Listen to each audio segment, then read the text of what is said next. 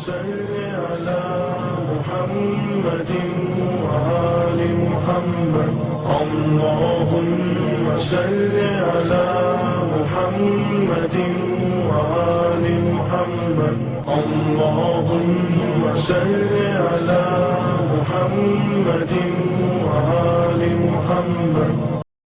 சேகரக்கட்டினுடைய 16ஆம் ஆண்டு விழா அறிக்கை. மரியாதைக்குரிய பெரியவர்களே, உலமா பெருமக்களே, சகோதரர்களே, தாய்மார்களே, அஸ்ஸலாமு அலைக்கும் வரஹ்மத்துல்லாஹி வபரகாத்துஹு. சேக் அறக்கட்டளையின் 15ஆம் ஆண்டின் செயல்பாடுகளை இந்த அறிக்கை மூலம் உங்கள் அனைவருக்கும் தெரியப்படுத்த கடமைப்பட்டிருக்கின்றோம். சென்னையிலிருந்து செயல்பட்டுக் கொண்டிருந்த சேக் அறக்கட்டளை அலுவலகம் கடந்த 2016ஆம் ஆண்டு முதல் அருகில் உள்ள சேக் அறக்கட்டளை வளாகத்தில் செயல்பட்டுக் கொண்டிருக்கிறது என்பதை நீங்கள் எல்லோரும் நன்கு அறிவீர்கள். எங்கள் சமுதாய சேவையின் முதன்மை அம்சமாக தாரூதா பெண்கள் குர்ஆன் மதரசா கடந்த 2016ஆம் ஆண்டு தொடக்கப்பட்டது. அதனைத் தொடர்ந்து இந்த பகுதியில் உள்ள பெண்கள் குர்ஆன் ஹதீஸை விலகி மார்க்க ஞானத்தை பெற வேண்டும் என்ற நோக்கில் கடந்த 2017ஆம் ஆண்டு 3 வருட ஆலிமா பட்டப்படிப்பு தொடங்கப்பட்டு சிறப்பாக செயல்பட்டு வருகின்றது. அதுபோல் வறுமை கோட்டிற்கு கீழே உள்ள நம் சமுதாய சிறார்கள் அனைவரும் கல்வி அறிவை பெறுவதற்கு பொருளாதாரம் ஒரு தடையாக இருக்கக்கூடாது என்ற நோக்கத்தோடு கடந்த 2009ஆம் ஆண்டு முதல் சேக் அறக்கட்டளை மூலமாக வழங்கப்பட்டு வரும் கல்வி உதவித் தொகையை நம் பகுதி மாணவ மாணவிகளுக்கு மட்டுமல்லாது தமிழ்நாட்டில் உள்ள பிற பகுதிகளிலும், குறிப்பாக மதுரை, சென்னை போன்ற இடங்களிலும் வழங்கி வருகிறோம் என்பதை மிக்க மகிழ்ச்சியோடு தெரிவித்துக் கொள்கின்றோம். அதன் அடிப்படையில் கடந்த 2023-24ஆம் ஆண்டில் நம் பகுதியில் உள்ள 61 ஸ்கூல் மாணவ மாணவிகளுக்கு ரூபாய் 1,76,150 ரூபாயும், அதுபோல் 22 கல்லூரி மாணவ மாணவிகளுக்கு ரூபாய் 63,570 கல்வி உதவி தொகையாக வழங்கப்பட்டுள்ளது என்பதை மகிழ்வோடு தெரிவித்துக் கொள்கின்றோம். அதுபோல கடந்த 2023-24ஆம் ஆண்டில் நம் பகுதியில் உள்ள 30 ஏழை குமர்களின் நிக்காவிற்காக ரூபாய் 4,28,000 மதிப்பில் தங்க நகை வழங்கியும், அதுபோல் 5 ஏழை குமர்களுக்கு ரூபாய் 25,700 மதிப்பில் வீட்டு உபயோக அன்பளிப்பு பொருட்கள், கல்யாண புத்தாடைகள் போன்றவைகளை வழங்கியும் அவருடைய மன வாழ்க்கை செழிக்க உதவி இருக்கின்றோம் என்பதையும் இந்த நேரத்தில் தெரிவித்துக் கொள்கின்றோம். மேலும் ஒரு ஆதரவற்ற ஏழை பெண்மணிக்கு அவருடைய வாழ்வாதாரத்திற்காக ஒரு தையல் மிஷினும், 3 குடும்பங்களுக்கு அவர்களின் வாழ்வாதாரத்திற்காக மளிகை பொருட்களும், எந்தவித ஆதரவுமற்ற ஒரு முதியோர் தம்பதிக்கு அவர்களின் வாழ்வாதாரத்திற்காக மாதந்தோறும் ரூபாய் 1000 உதவித்தொகையும், ஆக மொத்த ரூபாய் 86,852 செலவில் நம் சமுதாய 5 குடும்பங்களுக்கு அவர்களின் வாழ்வாதாரத்திற்காக உதவி இருக்கின்றோம்.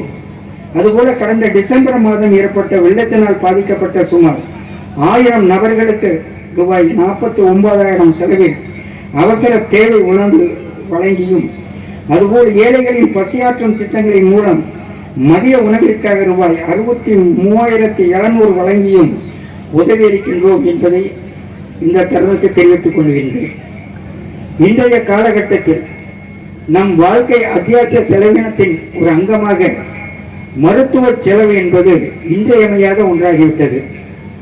பொருளாதார வசதி உள்ள குடும்பத்தினரே திணறும் அளவிற்கு மருத்துவ செலவினங்கள் இருக்கும் பொழுது நோயோடு போராடும் ஆதரவற்ற ஏழை குடும்பங்களின் நிலை எப்படி இருக்கும் என்பதை நாம் உணர்ந்து அவர்களுக்கு உதவுவதற்காக கடந்த ஆண்டு ரூபாய் 5 லட்சம் வரை ஒதுக்கீடு செய்திருந்தோம்.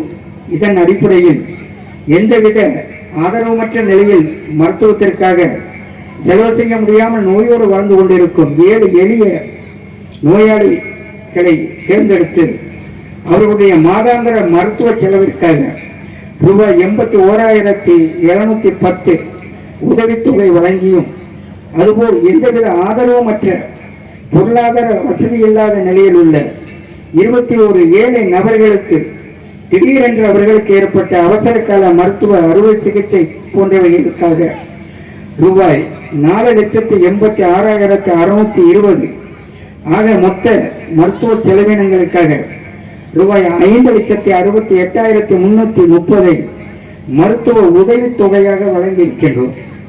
கடந்த ரமலான் மாதத்தில் நம் சமுதாய ஏழை குடும்பங்கள் தரமான உணவு உடைகளை பெற வேண்டும் என்ற நோக்கத்தோடு சுமார் 29,87,306 ரூபாய் பொருட்செலவில் 1,368 ஏழை குடும்பங்களுக்கு தலா ரூபாய் 2,200 மதிப்புடைய புத்தாடை மளிகை பொருட்களை வழங்கியுள்ளோம் என்பதையும் இந்த தருணத்தை மகிழ்ச்சியோடு தெரிவித்துக் கொள்கின்றோம். இந்த தகவல்களை நான் கூறுவது எங்களை பெருமைப்படுத்துவதற்கு அல்ல. காரணம், பெருமைக்குரியவன் அல்லாஹ் மட்டுமே. உங்களுடைய சமுதாய சேவையின் ஆர்வத்தை ஊக்கப்படுத்துவதற்கு மட்டுமே தவிர வேறு எந்த நோக்கமும் கிடையாது என்பதையும் நாங்கள் இந்த தருணத்தில் உங்களுக்கு தெரியப்படுத்த கடமைப்பட்டிருக்கின்றோம். கடந்த ரமலான் மாதங்களில் இந்த பகுதியில் உள்ள பெண்கள் கூட்டு தராவிக தொழுகை தொழுவதற்கு வசதியாக வழக்கம் போல் ஷேக் அறக்கட்டளை சார்பில் ஏற்பாடு செய்யப்பட்டு ஒரு திறமைமிக்க ஹாபிலை கொண்டு தராவிக தொழுகை மற்றும் தினந்தோறும் சிறப்பு பயான் நிகழ்ச்சியும் நடைபெற்றன. வழக்கம் போல் இந்த வருடமும் ஷேக் அறக்கட்டளை வளாகத்தில் தராவிக தொழ வந்த தாய்மார்களின் குடும்பங்களுக்கு எல்லா நாட்களிலும் இஃப்தார் கஞ்சி வழங்கப்பட்டன. ஒவ்வொரு நாள் தராவிக தொழுகைக்கு முன்பாக அன்று ஓதப்படும் குர்ஆன் ஆயத்துக்களின் தர்ஜுமாவை புரிந்து இறை அச்சத்தோடு தொழ வேண்டும் என்பதற்காகவும் திருக்குர்ஆனுடைய தர்ஜுமா நிகழ்வுகளின் பின்னணி மற்றும் அதன் விளக்க உரைகளை முழுமையாக சிந்தித்து விளங்கி இறை நெருக்கத்தை பெற வேண்டும் என்பதற்காகவும் தினந்தோறும் திருக்குர்ஆனின் தொகுப்புகள் தமிழில் PDF மற்றும் வீடியோ மூலமாகவும் தராவி வினாடுவனை போட்டிகளின் மூலமாகவும் தமிழ்நாடு மட்டுமல்லாது உலகத்தின் பிற பகுதிகளில் வாழும் முஸ்லிம்களும் ஆர்வத்தோடு கலந்து கொள்ள வசதியாக ஷேக் அறக்கட்டளை மற்றும் EPL வாட்ஸ்அப் குரூப் வழியாக திருக்குர்ஆனின் தொகுப்புகளை அனுப்பி வைத்து பயன்பெறச் செய்தோம்.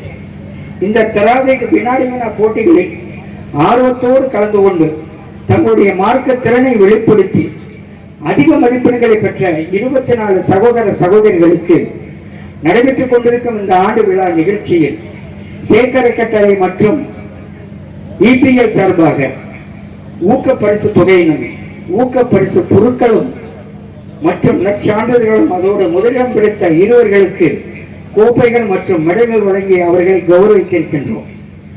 இந்த வருடம் நம் பகுதியில் உள்ள நம்ம குழந்தை செல்வங்களின் மார்க்க திறனை மேம்படுத்தவும் மார்க்க திறன்மிக்க மாணவிகள் மற்றும் வீட்டு பெண்களை கௌரவித்து அவர்களை ஊக்குவிக்கவும் கடந்த ஜனவரி மாத இறுதியில் பலதரப்பட்ட மார்க்கத்திறன் போட்டிகள் நடத்தப்பட்டன. இந்த போட்டிகளில் பேட்டை பகுதிகள் மட்டுமல்லாது கோடீஸ்வர நகர், டவுன், தாளையூத்து, பாளையங்கோட்டை பெருமாள்புரம், KTC நகர், கோட்டூர், தூத்துக்குடி போன்ற பகுதிகளிலிருந்தும் சுமார் 320 பேர் கலந்து கொண்டு தங்கள் திறமைகளை வெளிப்படுத்தினார்கள். இந்த போட்டிகளில் கலந்து கொண்டு வெற்றி பெற்ற குழந்தை செல்வங்களையும் மாணவிகள் மற்றும் வீட்டு பெண்களையும் கௌரவிக்கும் விதமாக இந்த நிகழ்ச்சியில் அவர்களுக்கு பரிசு பொருட்களையும் வழங்க இருக்கின்றோம். இந்த ஆண்டு, அதாவது 2023-24 ஆண்டில் 3 வருட ஆலிமா படிப்பு நிறைவு செய்து முழு தேர்ச்சி பெற்ற ஆலிமா மாணவிகள் இன்ஷா அல்லாஹ் இப்பொழுது சனது என்னும் ஆலிமா பட்டம் பெற இருக்கிறார்கள். ஆலிமா பட்டம் பெறும் அந்த மாணவிகள் இறை வேதத்தையும் இறை தூதரின் வாழ்க்கை நெறிமுறைகளையும் அவர்கள் வாழ்க்கையில் தொடர்ந்து கடைபிடித்து வருவதோடு மட்டுமல்லாமல் அவர்களுடைய சந்ததியர்களுக்கு வழிகாட்டியாக இருந்து மற்றவர்களுக்கு முன் உதாரணமாக திகழ நீங்கள் அனைவரும் துஆ செய்யுமாறு அன்போடு கேட்டுக்கொள்கின்றோம்.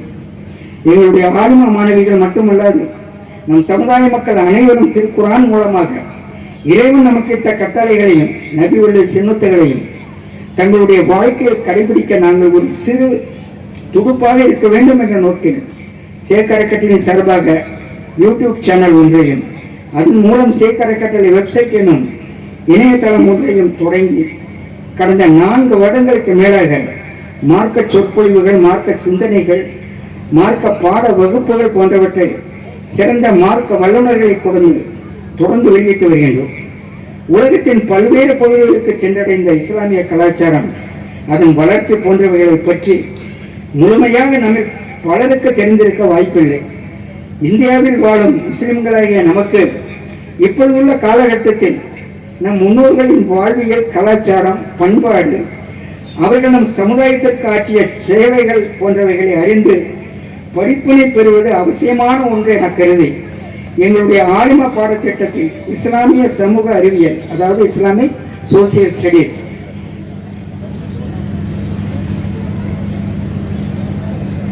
என்ற பாடப்பிரிவை கடந்த 5 வருடங்களுக்கு மேலாக நடத்தி வருகிறோம்.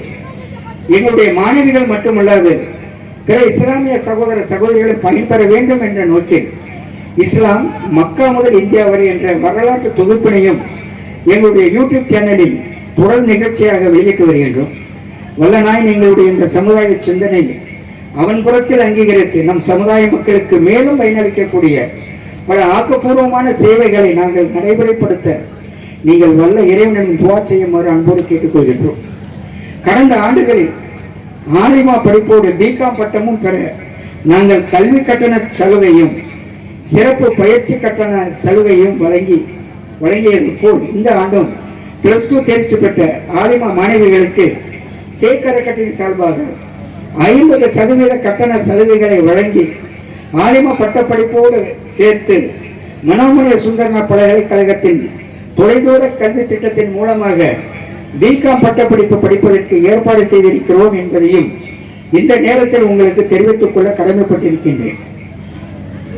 இப்போதைய கலாச்சார சூழலில் பெற்றோர்களுக்கு, குறிப்பாக வீட்டு பெண்களுக்கு அடிப்படை ஆங்கில அறிவு இல்லை என்றால் அதனால் ஏற்படும் பாதிப்புகள் என்ன என்பதை நாம் சொல்ல தேவையில்லை.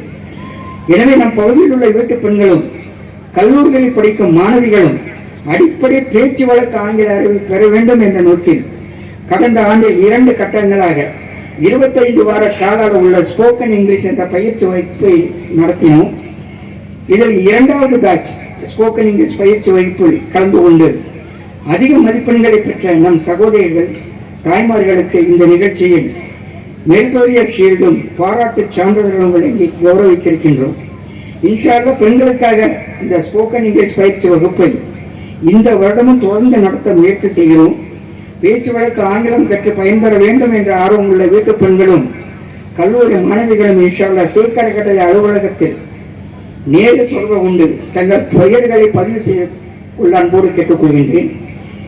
ஏழை மாணவ மாணவிகளை அடையாளம் கண்டு அவர்களுக்கு நாங்கள் கல்வி உதவித்தொகை வழங்குவதற்கு மிகவும் உதவியாக இருந்த புனித அந்தோனியா உயர்நிலைப் பள்ளியின் தலைமை ஆசிரியர் திருமதி கே பெல்சிட்டா அவர்களுக்கும் பள்ளியின் அலுவலக தலைமை அதிகாரி தங்கராஜ் அவர்களுக்கும் இந்த விழா நிகழ்ச்சிக்கு இந்த பள்ளி வளாகத்தை எங்களுக்கு பயன்படுத்த அனுமதி அளித்த அந்தோனியா உயர்நிலைப் பள்ளியின் நிர்வாகத்திற்கும், குறிப்பாக அதன் தாளர் எம் அந்தோனிராஜ் அவர்களுக்கும் இந்த நேரத்தில் எங்களுடைய உளநறிந்த நன்றியினை தெரிவித்துக் கொள்கின்றோம்.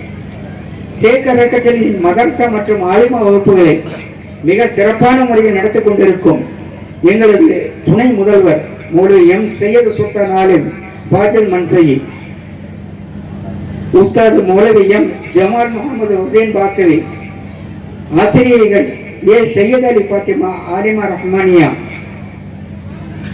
K Alam Maharaj Alima Hairathiya, S Sabarith Fathima Alima Hadiya, M Sajitha Parveen Alima Hadiya, M Fathima Alima Hadiya மற்றும் ஆங்கிலம் பிகாம் ஆசிரியர்களான N Peerbathi Yasmin MA English BEd, Arif Ribana MCom BEd, Aisha Banu MCom, J Fathima Nirosha BA Tamil ஆகியோர்களுக்கும், அதுபோல் சரிய சம்பந்தமான எல்லா விஷயங்களுக்கும் நல்ல ஆலோசனைகளை வழங்கி எங்களை வழிநடத்திக் கொண்டிருக்கின்ற எங்களது ஷரியத் ஆலோசனை குழு உறுப்பினர்கள் மௌலவி ஓகி ஹுமாயூன் கபீர் ஆலிம் உஸ்மானி அவர்களுக்கும், மௌலவி எம் சையது சுல்தான் ஆலிம் பாஜில் மன்ஃபயி, மௌலவி எம் ஜமால் முகமது ஹுசைன் பாக்கவி ஆகியோர்களுக்கும் எங்களது உலகறிந்த நன்றியை இந்த நேரத்தை தெரிவித்துக் கொள்கிறோம்.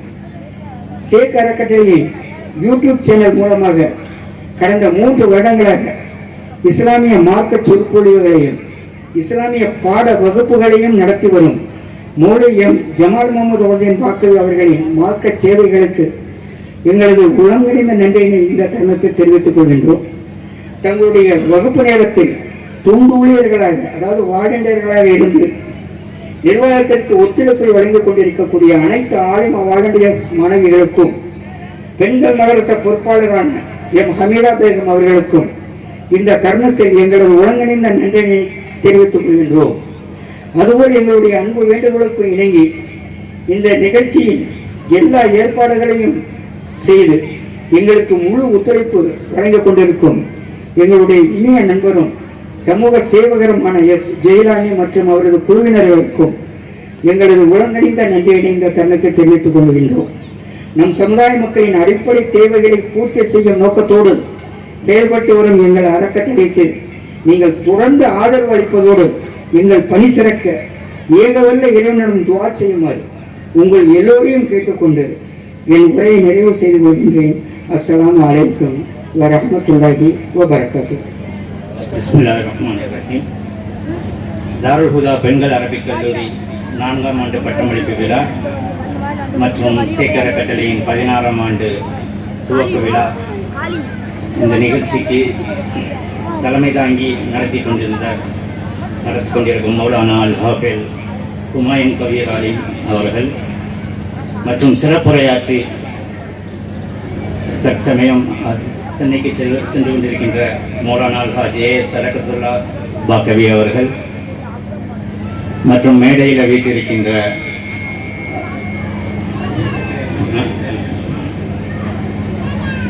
உலமா பெருமக்கள், நிர்வாகிகள், சேக் அறக்கட்டளையின் நிர்வாகிகள் மற்றும் இந்த ஜமாத்தார்கள், பெரியோர்கள், தாய்மார்கள், குறிப்பாக இன்று சனது பட்டம் வாங்கக்கூடிய 8 மாணவிகள் மற்றும் உங்கள் அனைவருக்கும் எனது சலாத்தினை தெரிவித்துக் கொள்கின்றேன். அஸ்ஸலாமு அலைக்கும் வரஹ்மத்துல்லாஹி வபரகாத்துஹு. இன்று பேசிய எல்லா பேச்சாளர்களும் சிறப்பு பேச்சாக இருக்கட்டும். இந்த மார்க்க கல்வியினுடைய முக்கியத்துவத்தை ரொம்ப அருமையாக எடுத்து சொன்னாங்க. இந்த மார்க்க கல்வியை பேசுகிறப்ப உலக கல்வியும் பேசினாங்க. நம்ம விரும்பினாலும் சரி விரும்பாட்டிலும் சரி இன்னைக்கு உலக கல்வியும் இருக்கட்டும் மார்க்க கல்வியும் இருக்கட்டும் ரெண்டையுமே ஒரு தனித்தனியாக பார்க்கக்கூடிய ஒரு சூழ்நிலையில தான் நம்ம இன்னைக்கு இருந்துகிட்டு இருக்கோம். இன்னைக்கு காலத்தில் பார்த்தீங்கன்னா உலக கல்வியில் நல்ல முன்னேற்றம் இருக்குது. குறிப்பாக நமது சமுதாயத்தில், குறிப்பாக தமிழ்நாட்டில் எடுத்துக்கிட்டிங்கன்னா நிறைய பேர் நமது சமுதாயத்திலிருந்து நிறைய உலக கல்வி கற்றுருக்காங்க. நிறைய பேர் அஸ்ஸலாமு அலைக்கும். இம்மா பெண்கள் சைடு கொஞ்சம் அமைதியாக அவங்க பேசுகிறவங்களால நீங்கள் அந்த சத்தம் தான் உங்களுக்கு பெருசாக கேட்குது. தயவுசெய்து கொஞ்சம் அமைதியாக இருங்க. நம்ம எந்த நிகழ்ச்சிக்காக வந்திருக்கோம்? மார்க்க விஷயங்களை கேட்கறதுக்காக வந்திருக்கிறோம். மார்க்க கல்வியை கற்றவங்களை ஊக்குவிக்கிறதுக்காக நம்ம வந்திருக்கிறோம். கொஞ்சம் அமைதியாக இருங்க. உலக கல்வியில நல்ல முன்னேற்றம் இருக்கு. இப்போ பார்த்தீங்கன்னா சமீப 2 வாரத்துக்கு முன்னாடி ஐஏஎஸ் ஐபிஎஸ் ரிசல்ட்டாக இருக்கட்டும், 51 முஸ்லீம் மாணவ மாணவிகள் தேர்வாயிருக்காங்க 1000-ல். அதாவது 5%. இது ரொம்ப நல்ல விஷயம். இதுக்கு முன்னாடி இந்த அளவுக்கு எடுத்ததில்லை. அந்த வகையில் பார்த்தீங்கன்னா இப்போ கல்வியை சிறப்பு, உலக கல்வி சிறப்பை பற்றி நிறைய பேசுகிறாங்க. இப்போ சமீபம் நடந்த பட்டிமன்றம், சாலமன் பாப்பியா பட்டிமன்றமாக இருக்கட்டும், கல்வி தான் ரொம்ப முக்கியம் அப்படின்னு சொல்லிட்டு உலக கல்வியை பற்றி நல்லா எல்லாருமே தேவைன்னு பேசிகிட்டு இருக்கிறோம். அதுலேயும் நல்ல முன்னேற்றமும் இருக்கத்தான் செய்யுது. ஆனால் நான் இப்போ என்ன பேச வந்திருக்கிறேன்னா, இந்த உலக கல்வி ஒரு பக்கம், இப்போ மார்க்க கல்வியை பற்றியே பேசிட்டோம். இந்த உலக கல்வி, இப்போ இருக்கிற உலக கல்வி தேவை தான். பட் ஆனால் அந்த கல்வி நமக்கு எல்லாத்தையும் தருதா அப்படிங்கிறத கொஞ்சம் சிந்திக்க வேண்டியது இருக்கு. அதாவது கல்வியின் தரத்தை பற்றி இப்போ நிறைய நம்ம சமுதாய மக்கள் உலக கல்விக்கு படிக்கிறாங்க, டிகிரி வாங்குறாங்க, எல்லாம் இருக்குது. ஆனால் தரமான கல்வி இருக்கா அப்படிங்கிறத கொஞ்சம் சிந்திக்கணும். தரமான கல்வின்னா எல்லாரும் கான்வென்ட்ல படிக்கணும் அல்லது தனியார் பள்ளிகளே கல்லூரிகளில் படிக்கணும் அப்படிங்கிற அர்த்தம் கிடையாது. தரமான கல்விங்கிறது முக்கியமாக என்னோட பாயிண்ட். இப்போ சமீப காலமாக நான் பார்த்துட்டு வரதுல பார்த்தீங்கன்னா தரமான கல்விங்கிறதுக்கு 3 முக்கியமான விஷயங்கள் தேவைப்படுது. அந்த 3 முக்கியமான விஷயங்கள் இன்னைக்குள்ள காலகட்டத்தில் பார்த்தீங்கன்னா இந்த உலக கல்வியில ரொம்ப ரொம்ப கம்மியா இருக்கு, அல்லது இல்லாமலே இருக்கு. அந்த 3 விஷயங்களை பற்றி பேசத்தான் நான் இன்னைக்கு பேச விரும்புகிறேன். அதில் முதல் விஷயம் என்ன தேவைன்னா சிந்திக்கிற திறன், அதாவது பகுத்து ஆராயக்கூடிய திறன், யோசிக்கிற திறன். இந்த விஷயத்தை இன்னைக்கு உள்ள உலக கல்வி கொடுக்காங்கிறது முதல்ல நம்ம யோசிக்கணும். இன்னைக்கு உள்ள கல்வியை பார்த்தீங்கன்னா எல்லாமே ஒரு பரீட்சை, ஒரு மார்க் ஓரியன்டாகவும் எக்ஸாம் ஓரியன்டாகவும் படிக்கிறது, மார்க் வாங்கணும், ஒரு டிகிரி வாங்கணும், ஒரு வேலைக்கு போகணும், சம்பாதிக்கணும், அந்த ஒரு நோக்கம் மத்தில தான் இருக்க ஒழிஞ்சு சிந்திக்கணும் அப்படிங்கிற ஒரு ஒரு ஒரு ஒரு அமைப்பே இன்னைக்கு உள்ள ஒரு உலக கல்வியில அது இல்லை, ரொம்ப ரொம்ப கம்மியாக தான் இருக்குது.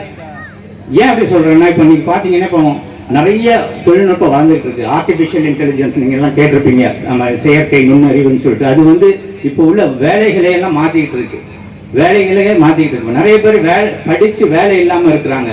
அதுக்கு காரணம் என்னன்னு பாத்தீங்கன்னா, ஒண்ணு வந்து நம்ம நாட்டில் இருக்கக்கூடிய அந்த அந்த அந்த அந்த பாலிசியா இருக்கட்டும், அது கொஞ்சம் அதுல பிரச்சனை இருக்கு. ரெண்டாவது, நம்ம மாணவர்களுக்கும் அந்த சிந்திக்கிற திறன் இல்லாதனால அந்த ஒரு இன்டர்வியூ போனாலும் சரி, அந்த ரீசனிங், அந்த சிந்திக்கிறதுக்காக அவங்க வைக்கிற டெஸ்ட்ல நிறைய பேர் ஃபெயில் ஆகிறாங்க. நான் நிறைய பேர் பார்த்துருக்கேன், நிறைய பேர் வராங்க என்கிட்ட, என்னால் இப்போ முடியல. ஆனால் மார்க் வந்து 80% வச்சிருப்பாங்க, 90% வச்சிருக்காங்க. அதுக்கு முக்கிய காரணம் என்னன்னா, அந்தந்த சிந்திக்கிற திறன் இல்லாமல் இருக்கிறது. அது ஒன்று. ரெண்டாவது அம்சம் என்ன அப்படின்னா, செயல்முறை, பிராக்டிக்கல் எலிமெண்ட். செயல்முறைனா செய்முறை, அதான் நம்ம என்ன படிக்கிறோமோ அதை செஞ்சு பார்த்து புரிஞ்சுக்கிறது.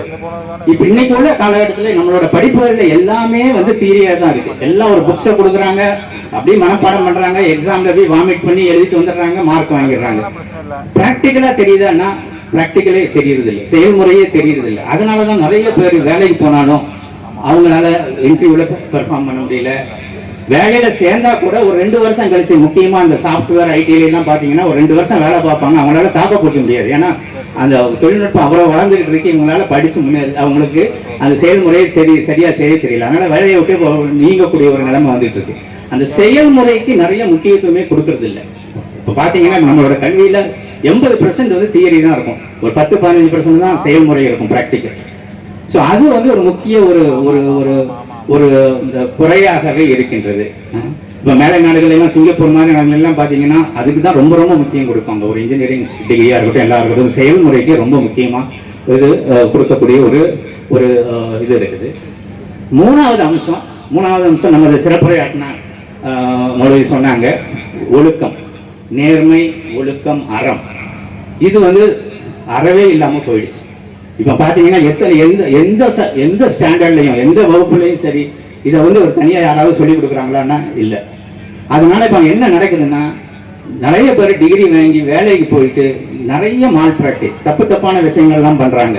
லஞ்சம் வாங்குறதா இருக்கட்டும், ஏமாத்துறதா இருக்கட்டும், நான் சொல்லி தெரிய வேண்டியதில்லை. இப்ப இருக்கிற நாட்டு நிலைமையில பாத்தீங்கன்னா பெரிய பதவியில இருக்கிறவங்க, படிச்சவங்க, IAS, IPS, ஜட்ஜஸ், அப்புறம் மற்ற துறைகளில் இருக்கிறவங்க எல்லாம் பெரிய படிப்புகள். அதுல நிறைய பேர் வந்து தடம் புரண்டு தப்பான வழிகள்ல பணத்துக்காகவும் பதவிக்காகவும் அதிகாரத்துக்காகவும் ஒரு அறமே இல்லாம, ஒரு எத்திக்ஸே இல்லாம வந்து அவங்க நடந்துகிட்டு இருக்காங்க. அது அந்த மாதிரி ஒரு அறம், ஒரு நற்பண்பு வந்து இன்னைக்கு உள்ள உலக கல்வி கொடுக்கறதே இல்லை. இந்த 3 விஷயம் தான் ரொம்ப ரொம்ப முக்கியமானது. இந்த 3 விஷயமும் இப்ப வந்து ரொம்ப கம்மியா இருக்குது. அதனாலதான் நம்ம நிறைய சீரியல் வழியில இப்ப பார்த்துக்கிட்டு இருக்கிறோம். இப்ப இங்க வாங்க, உலக கல்வி, நம்ம மார்க்க கல்விக்கு வாங்க. இந்த மார்க்க கல்வியை பாத்தீங்கன்னா எத்தனை பேருக்கு தெரியும் தெரியல. நீங்க பாத்தீங்கன்னா நம்ம எல்லாம் ஆலிமா படிக்கிறாங்கன்னு சொல்றோம், நிஸ்வான் மதரசா இருக்குன்னு சொல்றோம், ஹிப்ஸ்ல படிக்கிறாங்கன்னு சொல்றோம். இந்த படிப்புல இந்த மார்க்க கல்வியில பாத்தீங்கன்னா இந்த 3 அம்சம் தான் பிரைமரியா இருக்கும். இந்த 3 அம்சம் தான் முக்கியமா இருக்கும். நீங்க எடுத்துங்க, முதல் எடுத்துக்க, சிந்திக்கிற திறன் எடுத்துக்கங்க. எதுவாக இருந்தாலும் குர்ஆன் எடுத்துக்கங்க. குர்ஆன்ல எத்தனை இடங்கள்ல ஆண்டவன் சொல்றான், நீங்க சிந்திக்க மாட்டீங்களா, யோசிக்க மாட்டீங்களா, நீங்க சந்திரனை பாருங்க, சூரியனை பாருங்க, நட்சத்திரத்தை பாருங்க, யோசிக்க மாட்டீங்களா அப்படின்னு. இன்னும் அதிகமா போயிட்டு நிறைய, நான் ஒரு ரிசர்ச் பண்ணி பார்த்ததுல ஒரு 100-150 இடத்துல இதை பத்தியே, சிந்திக்கிற திறனை பத்தியே நிறைய இடங்கள்ல குர்ஆன்ல வந்திருக்குது. இன்னும் அதிகமா சொல்ல போனா ஒரு சூரத்துல அஹ்ராஃப்ல பாத்தீங்கன்னா ஒரு வசனத்துல என்ன வருதுன்னா, உலகத்துல நிறைய பேரை வந்து நான் நரகத்துக்காகவே நான் படிச்சிருக்கிறேன். ஏன்னா அவங்க வந்து கண்ணு இருந்தாலும் பாக்குறது இல்லை, காது இருந்தாலும் கேட்கறது இல்லை, அவங்க நல்ல விஷயங்களை கேட்கறது இல்லை, அவங்களுக்கு இருதயம் இருக்கு ஆனா நல்வழியில போறது இல்லை அப்படின்னு சொல்லி அவங்க சொல்றாங்க. இப்ப இன்னொரு வசனத்துல சொல்றான், அன்பால்ல சொல்றான், உலகத்திலேயே உயிரினங்கள்லயே மோசமான கேவலமான உயிரினம் யாருன்னா, அவங்களுக்கு காது இருக்கும் ஆனா கேட்க மாட்டாங்க, வாய் இருக்கும் ஆனா அவங்க பேசுறது இல்லை. அது என்ன அர்த்தம் அப்படின்னா, நீங்க சிந்திக்கிறது இல்லை. ஒரு விஷயம் வந்ததுன்னா அதை ஆராய்ச்சி பார்த்து அது உண்மையா பொய்யா அப்படிங்கிறது தெரியாமையே இருக்கக்கூடிய ஒரு நிலைமையில இருக்குது. இன்னைக்கு பாத்தீங்கன்னா சோசியல் மீடியாக்கள்ல பாத்தீங்கன்னா, சமூக ஊடகங்கள்ல எத்தனை பொய்கள். மீடியாக்கள், சாதாரண மீடியாக்கள், நீங்க படிக்கிற நியூஸ் பேப்பரா இருக்கட்டும், டெலிவிஷன் நியூஸா இருக்கட்டும், முக்காவாசிக்கு மேல பொய் தான், எல்லாமே இட்டுக்கட்டப்பட்ட பொய்யா தான் இருக்குது. இது வந்து உண்மையா பொய்யான்னு தெரிஞ்சுக்கிறதுக்கு நம்ம அது யோசிக்கிறோமாங்கிறதே தெரியல. நிறைய பேர் வந்து அது அப்படியே உண்மைன்னு நம்பிக்கிட்டு இருக்காங்க. ஸோ இதெல்லாம் சிந்திக்கணும் அப்படிங்கிற பட்சத்துல நமக்கு வந்து அந்த சிந்தனை திறன் ரொம்ப முக்கியம். அதை தான் இந்த குர்ஆன் வந்து ரொம்ப அழகாக சொல்லிட்டு இருக்குது. அது நிறைய இடங்கள்ல ஆண்டவனே சொல்றான், நீங்க சிந்திச்சு பாருங்க. இன்ஃபேக்ட் இது பொய் செய்தி அந்த பத்தி பேசுறப்போ ஒரு வசனத்துல குஜராத் 49வது சூறால ஒரு வசனம் வருது. நீங்க கேட்கிற ஒரு செய்தி குறிப்பா வந்து தவறான ஆளுகள்ட்ட இருந்து, மோசமான ஆளுகள்ட்ட இருந்து வந்ததுன்னா நீங்க ஆராய்ந்து பார்த்து அது உண்மையை புரிஞ்சுக்குங்க. அது இல்லாம நீங்க ஏதாவது பண்ணீங்கன்னா பின்னாடி நீங்க வருத்தப்படுவீங்க அப்படிங்கிற மாதிரி ஒரு வசனமே வருது. இதெல்லாம் என்னது சொல்றேன்னா, அந்த சிந்தனை திறனையே ஒரு பேஸா வச்சுதான் நம்மளுடைய மார்க்க கல்வியே இருக்கு. ரெண்டாவது வந்து செயல்முறை, பிராக்டிக்கல் எலிமெண்ட் சொன்னோம் இல்லையா. அது இஸ்லாம்ங்கிறதே வந்து ஒரு மதங்கிறத விட ஒரு மார்க்கம்னு நம்ம எல்லாத்துக்கும் தெரியும். இஸ்லாம் மார்க்கமே வந்து பிராக்டிக்கல் தான். இஸ்லாம் மார்க்கமே 100% பிராக்டிக்கல் சொல்லலாம். மேபி 90% பிராக்டிக்கல், 10% தான் அந்த பிராக்டிக்ஸை பண்ணணும், அந்த இதை பண்ணணும்ங்கிறதுக்காக 10% நம்ம கற்றுக்கிறோம். அந்த இஸ்லாம்ங்கிறதே ஒரு பிராக்டிக்கல் எலிமெண்டாக தான் இருக்குது. நம்ம குர்ஆன்லயா இருக்கட்டும், ஒரு தொழுகையா இருக்கட்டும், தொழுகையில வந்து நம்ம வந்து குர்ஆன்ல சொன்னதை தான் நம்ம ஓதுறோம். மற்றபடியா நோன்பா இருக்கட்டும், எந்த விஷயமா இருக்கட்டும், உலகத்தில் நம்ம நடந்து கொள்ள முறைகளா இருக்கட்டும், ஹதீஸ்ல இருக்கட்டும், குர்ஆன்ல இருக்கட்டும், என்ன எப்படி நம்ம வாழணும், மற்றவங்களோட எப்படி பழகணும், எப்படி சம்பாதிக்கணும், எப்படி செலவழிக்கணும், எல்லாமே எவ்ரிதிங் 100% வந்து பிராக்டிக்கல் செய்முறையாக தான் இருக்குது. 100க்கு 100.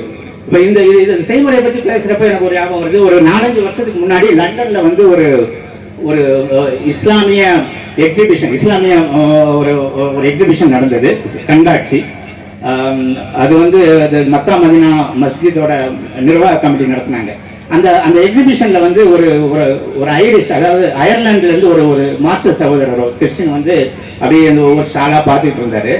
பார்த்துட்டு இருந்தப்ப நம்ம ஸ்டால்ல இருந்து ஒருத்தர் சொன்னாரு, என்ன சார் உங்களுக்கு ஏதாவது தெரிய வேணுமான்னு சொல்லுங்க, நாங்க எக்ஸ்பிளைன் பண்றோம் அப்படின்னு. சொன்ன இல்ல தெரிய வேணாம், எனக்கு வந்து நிறைய இஸ்லாத்தை பத்தி நல்லா தெரியும், முஸ்லீம்களும் எங்க பக்கத்துல எங்க கூட எல்லாம் வாழ்ந்துருக்காங்க, நான் கல்ஃப் கண்ட்ரி எல்லாம் வேலை பார்த்தேன், எனக்கு நல்லாவே தெரியும், அதனால எனக்கு அதை பற்றி ஒரு எல்லாம் பண்ணல. அப்புறம் அவர் என்ன சொன்னாருன்னா, இந்த குர்ஆனை கொடுத்துட்டு இந்த குர்ஆன்ல படிச்சு பாருங்க, இதுல எல்லா விஷயங்களும் இருக்குது அப்படின்னு சொல்லிட்டு சொன்னப்போ உடனே அவர் சொன்னாரு, இந்த குர்ஆன்ல ஏன்னா நான் உங்களை விட நான் அதிகமாகவே படிச்சு எல்லாம் புரிஞ்சிருக்கிறேன், ஆனா ஒன்று சொல்ல நான் விரும்புறேன், இந்த குர்ஆன்ல உங்க குர்ஆன் வந்து உங்க இஸ்லாம்ங்கிற மார்க்கம் வந்து ரொம்ப அருமையான மார்க்கம். குர்ஆன்ல வந்து சொல்லாததே இல்லை, எல்லா அருமையாக சொல்லியிருக்கிறாங்க. ஆனா இன்னைக்கு இருக்கிற முஸ்லீம்களை பாருங்க, எத்தனை பேர் அதை ஃபாலோ பண்றாங்க.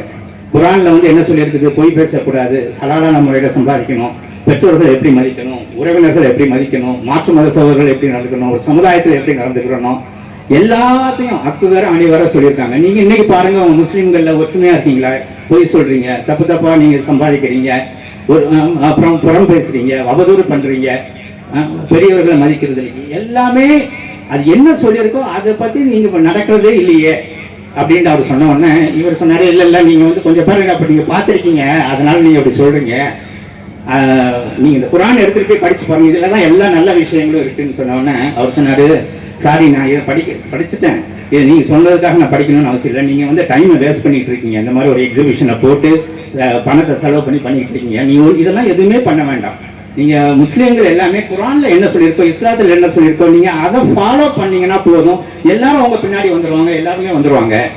நீங்க வந்து இதுக்கெல்லாம் செலவு பண்ணி நீங்க வந்து சொல்ல வேண்டிய அவசியம் இல்லை, புக்கெல்லாம் கொடுக்க வேண்டிய அவசியம் இல்லைன்னு சொன்னார்.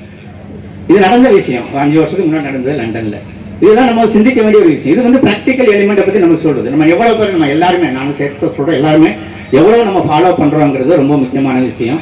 அது அந்த அந்த அந்த அந்த ஒரு ஆஸ்பெக்டை பார்த்துங்க. மூணாவது வந்து நல்ல ஒழுக்கம், நேர்மை, இந்த மாதிரி விஷயங்கள், நட்பண்புகள், அறம், இதை பற்றி சொல்ல வேண்டியது இல்லை. நிறைய நம்ம சிறப்பு சொற்பொழிவாளர்கள் எல்லாருமே பேசினாங்க, ரொம்ப அருமையாகவே சொன்னாங்க. அதுவும் அது எல்லா பக்கமுமே குர்ஆன்லையும் சரி ஹதீஸ்லையும் இது இருக்குது. இப்போ என்ன பொறுத்தவரை நான் என்ன சொல்ல வரேன்னா, இப்போ இன்னைக்கு வந்து உலக கல்வி, மார்க்க கல்வின்னு ரொம்ப தனித்தனியா பார்த்து பேசிட்டு இருக்கிறோம். இப்போ எங்களோட பாயிண்ட் ஆஃப் வியூ என்னன்னா, ஒரே கல்வி தான், கல்விங்கிறது ஒரே கல்வி தான். அந்த கல்விக்கு பேஸ், அதாவது ஃபவுண்டேஷன் சொல்லக்கூடிய, அதாவது அஸ்திவாரன் சொல்லக்கூடியது வந்து மார்க்க கல்வி. அந்த மார்க்க கல்வி தான் உங்களுக்கு வந்து சிந்திக்கிற திறனை கொடுக்கிறது, பிராக்டிக்கல், அதாவது செய்முறையை கொடுக்கிறது, நல்ல ஒழுக்கம், அறத்தை கொடுக்கிறது. அந்த பேஸுக்கு மேலே தான் நீங்கள் மற்ற எல்லா கல்வியுமே, உலக கல்வியாக இருக்கட்டும், நீங்கள் இன்னைக்கு வந்து இன்ஜினியரிங், ஐடி, சாஃப்ட்வேர் வருது. இன்னொரு 30 வருஷம் கழிச்சு வேற ஒரு உலக கல்வி வரும். 50 வருஷத்துக்கு முன்னாடி வேற இருந்தது. மாறிக்கிட்டே தான் இருக்கும். எது வந்தாலும் சரி, உலக கல்வி கட்டாயம் தேவை தான். ஏன்னா வாழ்க்கைக்கு தேவை உலக கல்வி தான். பட் ஆனால் அந்த கல்வி வந்து அது எதில் கட்டமைக்கப்படணும்னா மார்க்க கல்வியில தான் கட்டமைக்கப்படணும். இப்போ இன்னைக்கு உள்ள காலகட்டத்தில் பார்த்தீங்கன்னா இது ரெண்டுமே நம்ம பிரித்து தான் பார்க்குறோம். இப்போ ஒரு இஸ்லாமிய சமுதாயத்தை எடுத்துக்கிட்டிங்கன்னா ஒரு 10% 20% தான் ஆண்களாக இருக்கட்டும், பெண்களாக இருக்கட்டும், ஒரு மதரசா கல்வியோ எல்லாமே இருக்குது. மற்ற 70-80% வந்து இதில் ஒரு டச்சே இல்லாமல் தான் இருக்கிறாங்க. அதான் உலகத்தினோட இப்போ நடக்குது இல்லையா? இப்போதான் கொஞ்சம் அவேர்னஸ் வருது. நிறைய மதரசாக்களில் வந்து உலக கல்வியும் சேர்த்து கொண்டு வராங்க. சென்னையிலலாம் பார்த்தீங்கன்னா 6ஆம் கிளாஸ்ல இருந்து 12ஆம் கிளாஸ் வரைக்கும் 7 வருஷம் ஆலிம் படிக்கிறப்போ அதோட உலக கல்வியும் சேர்த்து சொல்லிக் கொடுக்குறாங்க. இன்னொரு மதரசாவில் பார்த்தீங்கன்னா 9ஆம் கிளாஸ்ல இருந்து டிகிரி வரைக்கும் சொல்லிக் கொடுக்குறாங்க. அதோட 7 வருஷம் ஆலிமா படிப்பு இருக்குது. இப்போ நம்ம தாருல் ஹுதாவாக இருக்கட்டும், அதில் 3 வருஷம் ஆலிமா படிப்பு கொடுக்குறதோட பிகாமும் சேர்த்து கொடுக்குறோம். இப்போ அந்த மாதிரி ஒரு சிந்தனைகள் ரெண்டையுமே எப்படி சேர்த்து பார்க்கறது, அதுக்கு பேஸ் வந்து மார்க்க கல்வி தான்ங்கிற ஒரு கான்செப்டை நம்ம எப்போ கொண்டு வந்து அதுக்கு தகுந்த மாதிரி நிறைய இன்ஸ்டிடியூஷன்ஸ், நிறைய வந்து நிறுவனங்கள், அதாவது கல்வி நிறுவனங்கள் வந்தால் தான் நம்ம வந்து இந்த கல்வியோட தரத்தை, அது உலக கல்வியாக இருக்கட்டும், மார்க்க கல்வியாக இருக்கட்டும், அதனோட தரத்தை நம்ம ஒரு நல்ல ஒரு நிலைமைக்கு கொண்டு வர முடியும். இது உங்களோட சிந்தனைக்காக இந்த சந்தர்ப்பத்தில் நான் சொல்லிக்கொள்ள கடமைப்பட்டிருக்கிறேன். அதனால தான் நீங்கள் பார்த்தீங்கன்னா இந்த வருஷம் எங்களோட இந்த விழாவினோட இன்விடேஷன் லெட்டரில் பார்த்தீங்கன்னா கடைசி பேஜில் எப்பவுமே நாங்கள் மார்க்க கல்வியின் சிறப்புகள்னு சொல்லிட்டு போட்டு குரானில் சில ஆயத்துகள், ஹதீஸ்ல சில விஷயங்களை சொல்லியிருப்போம். இந்த வருஷம் அதை மாற்றிட்டோம். மார்க்க கல்வியின் சிறப்புன்னு போடல, கல்வியின் சிறப்புன்னு தான் போட்டோம்.